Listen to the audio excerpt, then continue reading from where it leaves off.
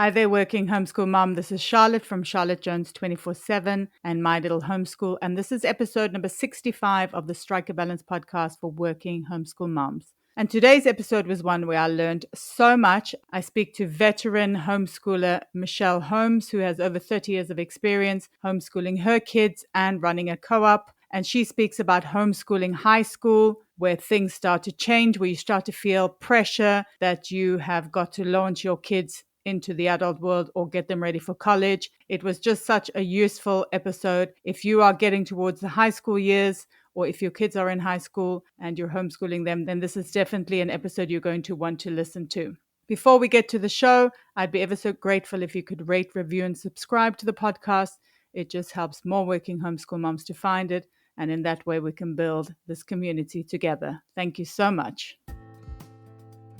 Hello and welcome to the Strike a Balance podcast for Working Homeschool Moms. This is Charlotte Jones. I'm a homeschool coach and homeschooling mom of twin boys. I know it can feel really overwhelming to keep all the balls in the air all the time. So each week I chat about tips and strategies for being a happy and thriving working homeschool mom that you can implement in your life too. I also speak to awesome and inspiring women who manage to juggle homeschooling and work successfully and find out what their secrets are. Be sure to check out my time audit and mindset challenge in the show notes and sign up to my newsletter for lots of cool freebies. And if you ever need to chat, please book in a session with me. I'm so excited for you to be here and I hope you'll get so much value out of this episode. So let's get started.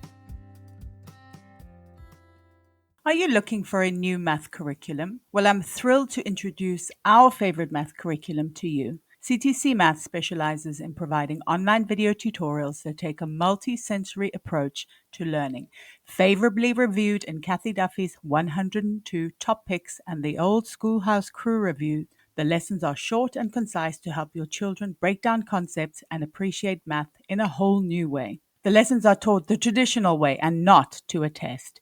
Each one of the video tutorials is taught by an internationally acclaimed teacher, Pat Murray, who is renowned for teaching math concepts in a simple, easy to understand way and in only a few minutes at a time. Using a multi-sensory approach means having the combination of effective graphics and animation synchronized with the voice of a friendly teacher together with a practical assessment. This three-pronged attack makes learning so much easier and more effective. Even students who struggled with math are getting fantastic results, and ones who were doing okay before are now doing brilliantly. Visit ctcmath.com today to start your free trial. CTC Maths is generously offering my listeners an amazing special. Go to www.ctcmath.com/MLH to get a half-price discount plus a bonus 6 months for free. That's ctcmath.com/MLH. Today I'm chatting to Michele Holmes, a veteran homeschooling mom of 30 plus years who helps homeschooling parents take on the high school years with confidence. The training and tools she provides through her company, Homeschool Directive, are the result of years of experience both homeschooling each of her 8 children through high school and coaching hundreds of parents of teens through the homeschool co-op she created and ran for 20 years. Michele and her husband Ed live in Northern Illinois, but love traveling to visit their 12 grandkids. Thank you so much for taking the time to chat to me today, Michele. Oh, thank you. Thank you for inviting me, Charlotte. I appreciate it. So before we get into our topic for today, maybe you could tell me how you juggled working and homeschooling. Oh, with a lot of patience. On top of homeschooling my 8 children, I started back in the 1990s, so I've been homeschooling a long time. So I've had to navigate the community changing and navigating each of my children. They all homeschool differently, which you think there should be a handbook, and if you have more than one child, they should all do it the same way. It would make life so much easier. But I did run our own. We own our own business, and then I started and ran 2 nonprofits, and so I've had a lot of experience trying to navigate getting school done, but yet still focusing on my goals and the things that I wanted to do. Excellent. And I think that's a really important topic because sometimes we feel guilty, maybe especially as working homeschool moms, because we feel that we should be concentrating on homeschool, but we also obviously need to do things for ourselves and we also need to work. How do you kind of navigate that kind of feeling of maybe feeling like you are not giving your kids as much as you feel they should get?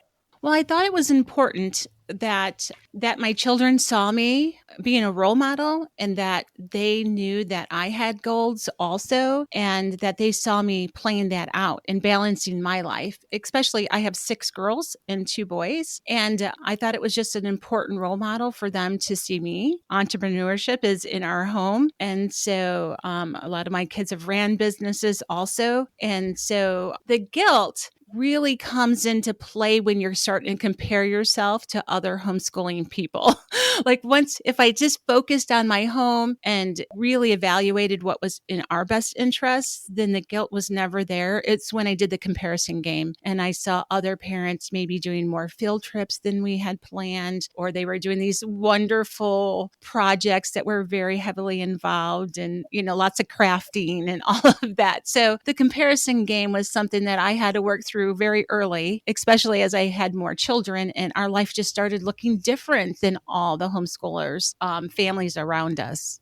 I love that. That is, yes, that is so very important because I always say the comparison game is something that you really need to get rid of very, very early because it can really take all the joy out of the homeschooling experience. Yes, that's a really, really good point. All right. So now we're going to be talking about something quite specific. So we're going to be talking about getting credits from homeschooling. So maybe you can start by telling us what exactly a credit is.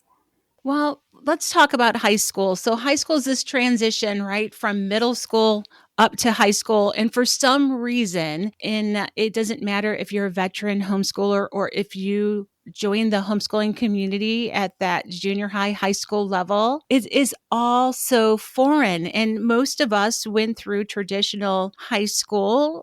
We went to private school or we went to public school, and you think that we understand what is going on. But then we start thinking credits and graduation requirements. And all of a sudden, this very confident homeschooler, that was me, like I was doing this, my kids were reading well, and we were doing all these things. But then all of a sudden, there was this switch to high school thinking. And how does a credit work, and what are graduation required credits, and like, oh, what I'm supposed to do geography, and I'm supposed to be doing maths, and I'm supposed to be doing sciences, and it's so crazy of what I was expected to do as the homeschool parent, not being a teacher. That wasn't my formal education, and trying to navigate that. So first and foremost, I needed to understand what the educational branches were, and I needed to understand what a credit meant. And so once I narrowed it down, and like I said, I started homeschooling back in the 90s. We didn't have the internet as easy access information, so it was just a lot of calling schools and asking them what they were doing, and just did like a lot of research and tried to figure this mysterious thing of credits out. And what it came down to is that a credit is just basically a measurement of some completed work.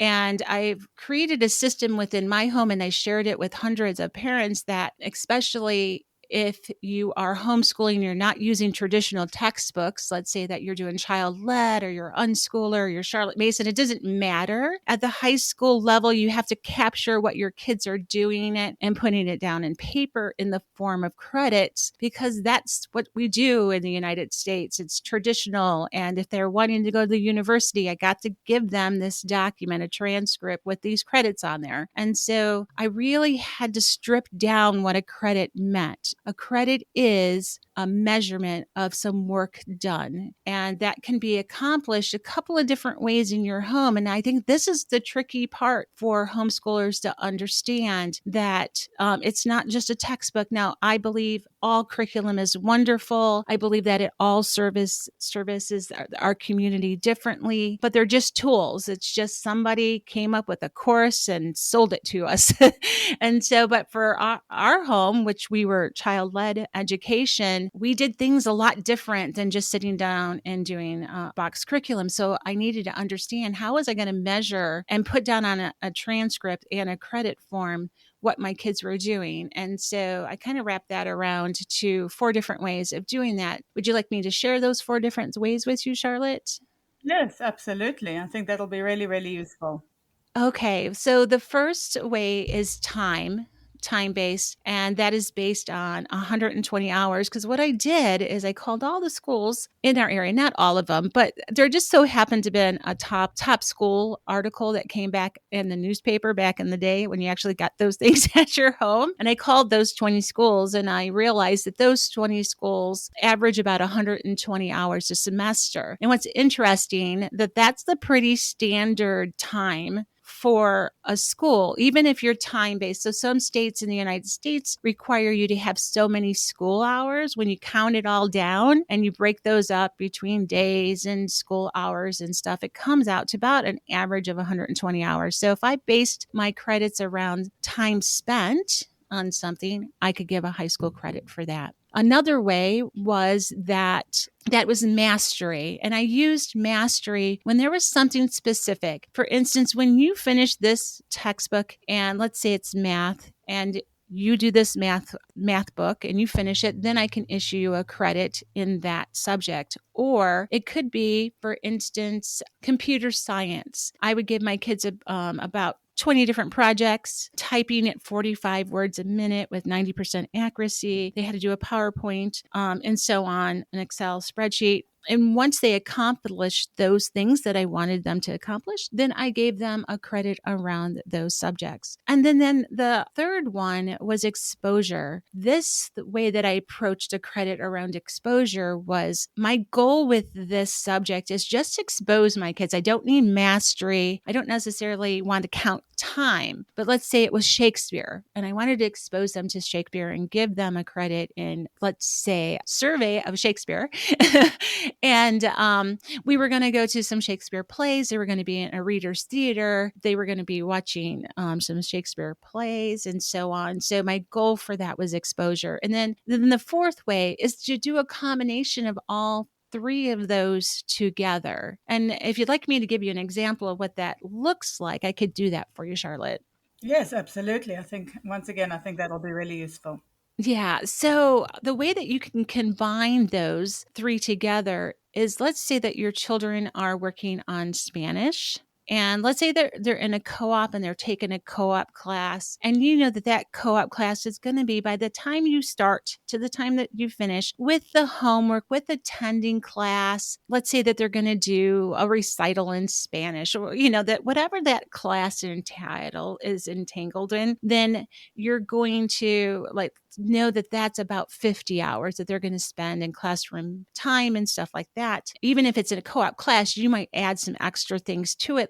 Let's say mastery, that you want them to be able to read 500 flashcards in Spanish. So the mastery would be, once they can sit down with you and do 500 vocabulary words in Spanish, that would be a mastery. And then exposure would be that they're going to go to a Spanish festival, attend a movie in Spanish, and so on. So that's kind of like combining that all together, when it's not so clear cut, right? You don't necessarily have a textbook, or you want them to spend a lot of time in something and you want to have them be exposed to something. So that's how you can combine that all together and issue a credit. So issuing a credit is just saying that course that you set out for them to do, either an internal course that you've done yourself or you've outsourced it outside your home, that coursework has been done, and now you're issuing them a grade and you're issuing them a credit.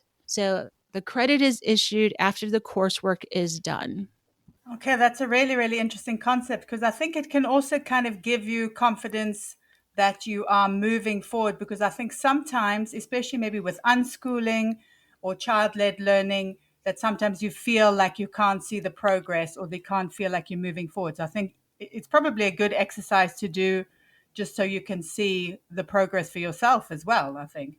It's a big struggle with child-led and unschoolers because they're like, what, you want me to document and set goals and you want me to measure what they're doing, but we just do learning organically. And I understand that struggle, especially having 8 children that I homeschooled differently. They all had their own educational experience. It did take a little bit more effort on my part, but it did feel more organic because I reminded myself that something doesn't have to be done in a certain amount of time. Let's say that they were in choir at a co-op, and we know that that choir, just with a little bit of thinking through, okay, that choir in a co-op would only be about 25 hours, la-di-da-da-da. They're going to do some practicing at home. They're going to go out into the community and do some recitals and so on. And that only came out to 50 hours plus the time that they spent doing that. My daughter might have wanted a full credit in choir. So that was over 2 years that then I could put that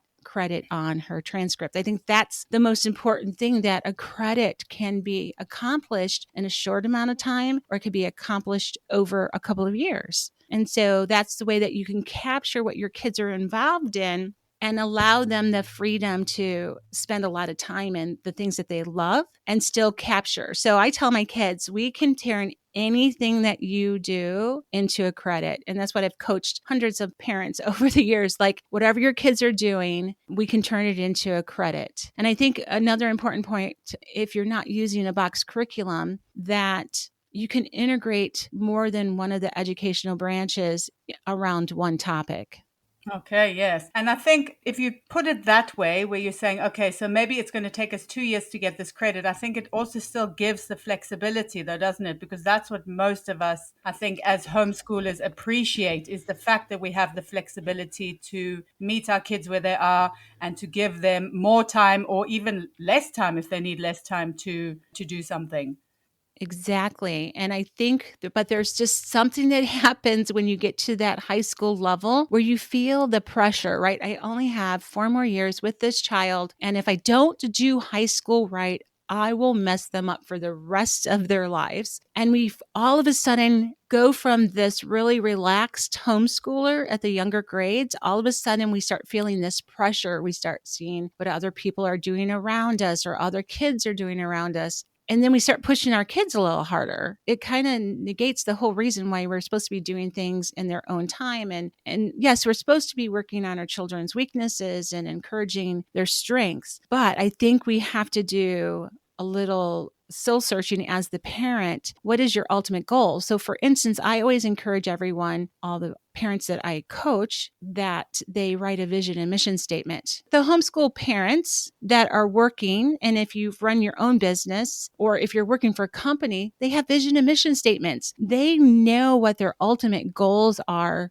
going to be for a product or a service that they're offering. And running a business, I kind of like, well, what kind of children do I want to launch into adulthood? How am I going to onboard these teens to be functioning adults? Like, what type of a child launches into adulthood? And so by having a vision and mission statement, I realized what was important. And this was a collaborative between me and my husband. Like, we had academy goals. For instance, all of our children had to do so many service hours every semester. And we had these goals for the academy for our homeschool. And then we had individual goals for our children. And then we had our graduation requirements. And so they all had to melt around this vision and mission statement. And so I encourage parents to do that, because as you're starting to feel that anxiousness that comes at high school, you're like, okay, for instance, I had to really think about this, cramming kids' heads with a lot of information to get through high school. That's what I was feeling, this burden to, have 4 maths, have 4 Englishes, and what about science and all of these things. And I had to step back a little bit, and I knew that I wanted to accomplish those things, but my job was not to fill my kid's head with a bunch of knowledge. My job, according to our vision and mission statement, was to make lifelong learners. And so when you really focus in on that, And if I can create a credit out of whatever my children are doing, it reinforced that I didn't have to cram my kids' heads with a lot of information, but I could go at my children's own pace. We could encourage their weaknesses and work on them, and we could foster their strengths. And it would give us this time, during this high school years to foster these things that we wanted to. And even though we had these graduation requirements, we could still step back and go, okay, this was a good day. This was how we're going to do this credit. And this is what it looks like for you. And in our home, I've had children that are gifted. And then I've had a son who didn't even read until he was 12 years old. So my children all have presented themselves differently. I have a daughter that's severely dyslexic. And so all of their high school experiences looked completely different because of they're individuals, and they all approached learning differently. And my oldest daughter, who loved reading, and when she got grounded, I grounded her from reading because she would love to be sent to her room and be able to read all day, to a son who told me that fiction was a waste of time. So it was really trying to figure out what was the best educational course for them. I have kids who are still elementary aged, and you've really given me a lot of food for thought about obviously them in high school. So, what would you say what is the most important part of home education for a teenager? Because I can imagine it's very different, obviously, to homeschooling an elementary age kid. Maybe there's some resistance as hormones start raging and things like that. So, what kind of things do you have to keep in mind when you're homeschooling a teenager? Well, I think you just hit on the first most important part, that the hardest thing about homeschooling all the way through high school is getting through middle school. If you can get through middle school, high school's a cakewalk. All those hormones and everything. I think that for some parents, there is a little bit of resistance at the high school level. For our home, I really wanted my children to understand that our home is a private school. Almost every state in the United States considers homeschoolers a private school. And I told them that my diploma is not a lie. I'm issuing you this. My transcript is a reflection of what you have done in your home. I needed to have that vision mission statement so I could share with them. I realized that I needed to have graduation requirements because as homeschoolers, my children needed to know when it was going to be over. They needed at that high school level, like I didn't even do report cards or anything up until high school. So this was a bit of a change for us. I'm in Illinois, and I didn't have to report. I didn't have to do a lot of things that some of the states do. So when we got to high school, and all of a sudden I'm like, we're going to do this thing called the transcript. I'm going to actually keep track of your grades and so on. There was this conversation of these are the things that we're requiring of you. But the beauty is that you get to be a participant in how that's going to happen for you. It's getting your team to buy in to the vision that you have for them and partner with them and have them be a part of the conversation. I realized really early on that if I got a 100% buy-in, or let's even say 90% buy-in from one of my kids, that they knew why they were doing this subject or what was the purpose behind these things, that those courses went a whole lot easier. So getting the buy-in and having your children understand that this is in their best interest to doing that, and allowing them to have a voice in what that's going to look like. Now, sometimes, you might come with a student, and not every single subject is going to be their favorite. And you're like, that's okay. This, for instance, if they're taking a math class, and I have a daughter that has math dyslexia. The conversation for her was, I do have these graduation requirements, but I have flexibility. So what I might normally require, I can change that up a little bit, because it might take you 2 years to get through Algebra 1, where another kid might have taken them 6 months. And so understanding that by this conversation of what it looks like for them, I'm teaching them to be an advocate for themselves. I really support a weekly check-in with teens where you sit down and you ask them how their week's gone, what's hindered them, what make their week successful. What you're doing is you're training them to be self-aware, how to navigate their week. And it doesn't, like I said, it doesn't make a difference if you're an unschooler, if you're Charlotte Mason, if you're using traditional books. It is just as important to work on executive skills and adult onboarding lessons throughout those last 4 or 5 years of their education.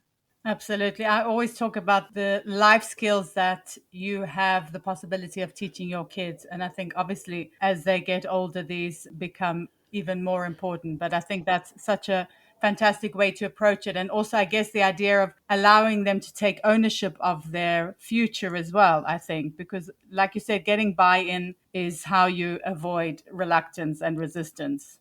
Yes, 100%. Over and over again, if a homeschool parent was struggling at the high school level, there was usually two things that was happening in that home. The first one is that they had no clue, the parent nor the child, of what was expected of them. They didn't understand credits. They don't understand that graduation requirements is something that can look different for every home. And so it's really interesting that once you understand that a state has a graduation requirement for the public school, and you would be surprised. Like, for instance, in the state of Illinois, it's like less than 17 credits. I think it's like 16.75. But when I was in school, I had to have like 22 credits. And I was so confused by that. So then I realized, like doing some more research, that every state has a minimum and each school gets to decide. They have to meet that minimum, but then they get to add to it. And I'm like, oh, so a school, I have 3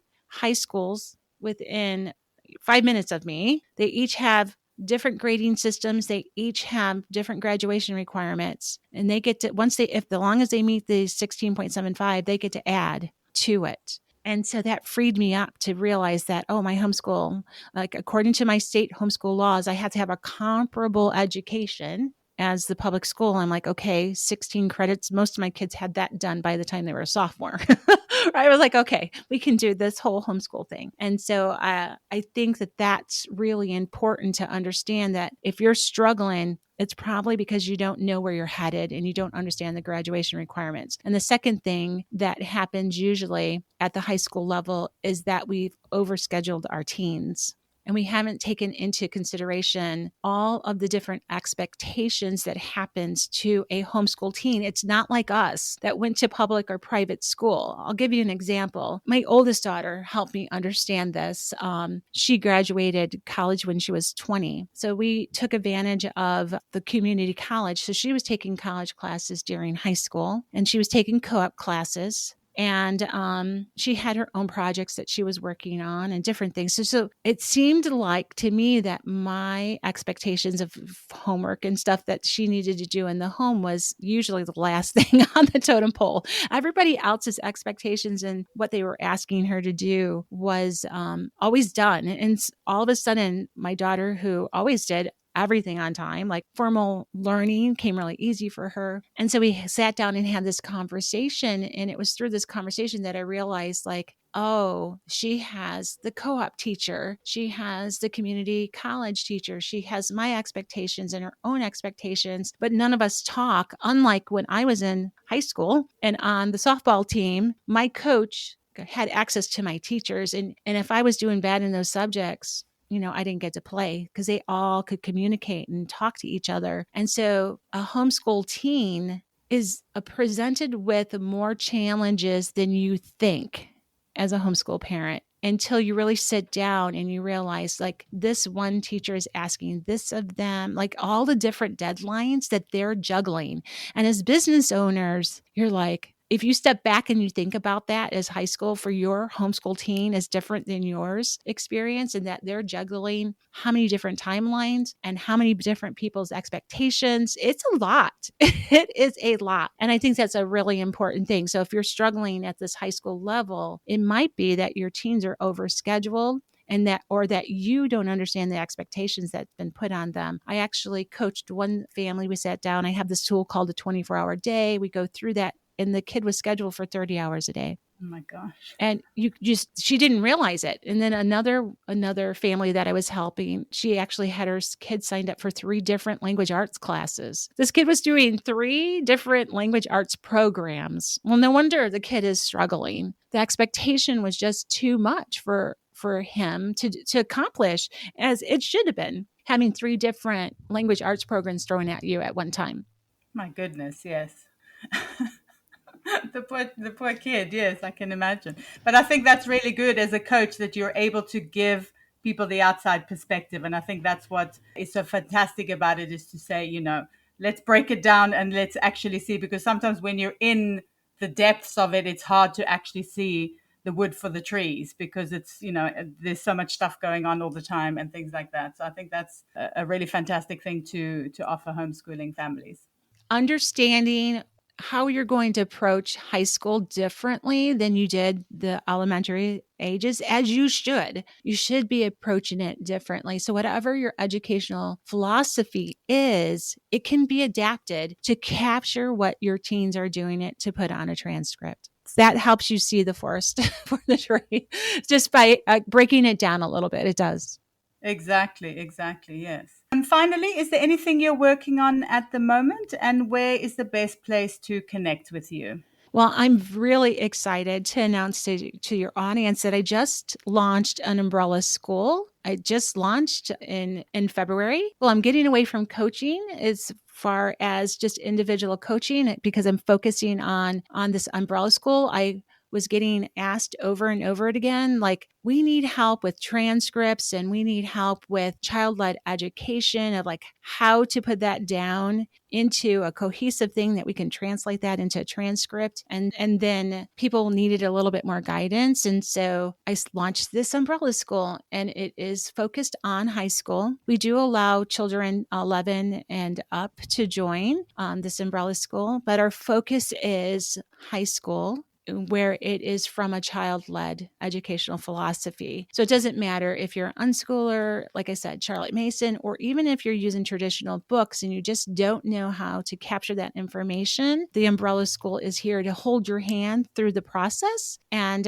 issue that transcript for you. I think with the busy parents that you have out there, if it's just one less thing that they have to be responsible for, and that it would really help them navigate this high school level of learning in their home. And so that's the focus of the Umbrella School, is to help those parents navigate high school, be available to them whenever they have a question, and then help them take integrating one topic into a couple of different educational branches. We can help you with that. And or just having somebody's hand to hold through the process. And then somebody else does the transcripts. It's beautiful. So we are homeschooldirective.com. That's where you can find all about the Umbrella School. And we just launched. So if your audience joins, they will be part of the founders and kicking this off. Fantastic. It sounds like it's going to be incredibly useful. And like I said, you've given me a lot of food for thought, because I'm like, oh, I'm getting the hang of this homeschooling thing. I know it's so tricky, because like then all of a sudden your kids get a little older and you're like, wait, what? wait, I have to do what? Wait, we have to do geography? Do we have to do, like, what do we have to do? And if I can just reiterate that it is okay that your homeschool does not look like everybody else's homeschooling, especially if you're running a business or you're having to work outside the home. It is okay for school to happen. We used, during certain seasons, especially my children were like in fall sports, being in homeschool leagues and stuff, we started practice like at 2:00 in the afternoon. We had to do school on the weekend at the high school level. Like we called it Sunday school. We did in the afternoon on Sunday, we would do school. So be okay with how formalized learning and different things that's happening in your home. It doesn't have to happen between 8 and 3. It can happen anytime. It can happen at nighttime. It can happen. I had one girlfriend, I just loved her philosophy. Like her kids didn't start school until 11 and they stayed up until 11. Like at teens, like they didn't even get their day started until after lunch. So I've seen homeschooling happen so many different ways. And that's the beauty of it, is that I think that I'm on the other side And I've seen hundreds of teens, especially since our co-op was focused on high school. We had over 200 students, but it was focused on high school. I've seen hundreds of teens being homeschooled differently. And it's amazing when the parents were really in tune, like those teens launched into adulthood and all are successful. It's such an exciting thing for me to see these teens that I saw, being 15, not really sure what they're doing, now 28 and on the other side of, college or trade schools or whatever they're doing, and actually having families like my children. I have adult children who are homeschooling their own children, and it's just a wonderful thing to see. Yeah, I can imagine that is. Thank you so much for sharing such valuable insight today, Michelle. It really, really was an amazing episode, and it was really a pleasure to talk to you. Thank you so much. Thank you for inviting me. I really hope you enjoyed the episode. Drop me a DM on Instagram or post on the Working Homeschool Moms support group over on Facebook, and let me know what resonated the most with you. It would also be great if you could rate, review, and subscribe, or share the podcast with a working homeschool mom who might need it. It's my mission to support as many working homeschool moms as possible. Until next time, take care.